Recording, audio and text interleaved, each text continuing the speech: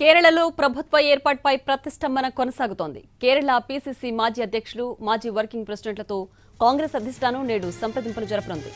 ఆయా నేతల నుంచి అభిప్రాయాలు సేకరించనుంది. విస్తృత అభిప్రాయ సేకరణతో సీఎం అభ్యర్థి ఎంపికపై ఎటూ తేల్చుకోలేని సంకట స్థితిలో పడింది కాంగ్రెస్ అధిష్టానం. అసెంబ్లీ ఎన్నికల ఫలితాలు వచ్చి వారం దాటింది. యూడీఎఫ్ కూటమి గెలిచింది. 2 రోజులకే సీఎం ఎవరన్నది నిర్ణయం తీసుకుంటామని కాంగ్రెస్ అధిష్టానం చెప్పినప్పటికీ పార్టీలోని అంతర్గత సమీకరణాల వల్ల నిర్ణయం రావడం లేదు. సీఎం రేస్లో వీడి సతీశన్, కేసీ వేణుగోపాల్, రమేష్ చెన్నితల ఉన్నారు. ఈ ముగ్గురు నేతలతో పార్టీ అధిష్టానం ఇప్పటికే చర్చలు జరిపింది.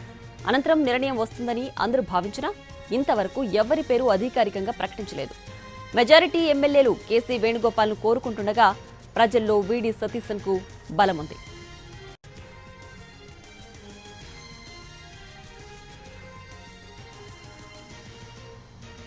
కేరళ అసెంబ్లీ గడువు మే 23తో ముగియనుంది. ఆలోపు ప్రభుత్వ ఏర్పాటుపై ప్రతిష్టంభన తొలగిపోవాలి. కానీ ఎటూ తేల్చుకోలేని సంకట స్థితిలో ఉంది కాంగ్రెస్ అధిష్టానం.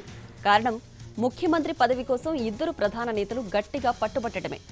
అయితే గీతే సీఎంగానే ఉంటానే తప్ప మంత్రిగా ఉండేది లేదని వీడి సతీశన్ అంటున్నారు.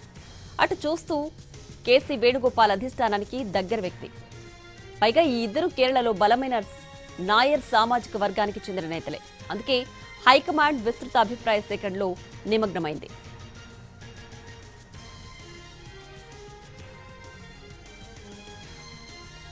ఇంకా టైం ఉందన్న కారణంతోనే అంతర్గతంగా విస్తృతంగా సంప్రదింపులు, సమాలోచనలు జరుపుతోంది.